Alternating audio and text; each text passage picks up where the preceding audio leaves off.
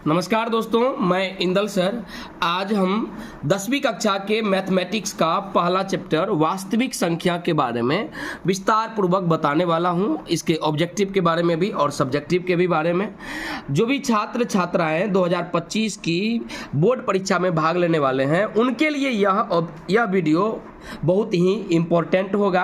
तो देखिए, वास्तविक संख्या चैप्टर का एनालिसिस दिया गया है, मतलब 2024 का और 2023 का, मतलब बोर्ड परीक्षा में कितना ऑब्जेक्टिव क्वेश्चन पूछा गया। तो भाई साहब देखिए, बोर्ड परीक्षा बिहार बोर्ड का 2 सीटिंग में होता है, फर्स्ट सीटिंग सेकेंड सीटिंग। ये है 2024 का ये पहला चैप्टर, और पहला चैप्टर का नाम है वास्तविक संख्या। तो वास्तविक संख्या से देखिए, फर्स्ट सीटिंग में 10 ऑब्जेक्टिव पूछा था।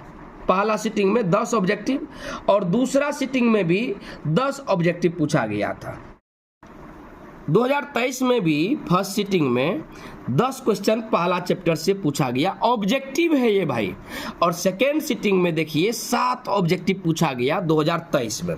तो कुल मिला के आप देखो भाई, यदि एक चैप्टर को आप पूरा कमांड करते हो ना, सिर्फ और सिर्फ एक चैप्टर को, तो आप देखिए कितना हो रहा है आपको 10 मार्क तो आपको ऑब्जेक्टिव में हो रहा है, और कम से कम आपको 2-4 मार्क तो कम 10 मार्क आपको ऑब्जेक्टिव का हो गया।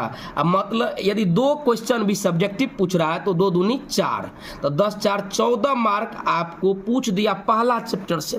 तो अब देखिए, अब यदि आप वास्तविक संख्या चैप्टर को ही यदि पूर्ण रूप से कंट्रोल कर लेते हो भाई, तो कहने का मतलब है कि आपका 14-15 मार्क आ जाता है इस चैप्टर से।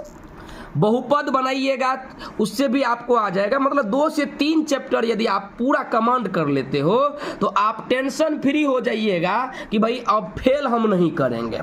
तो यदि आप फेल होने से बचना चाहते हैं कम से कम, तो इस वीडियो को पूर्ण रूप से जरूर आप देख लीजिएगा।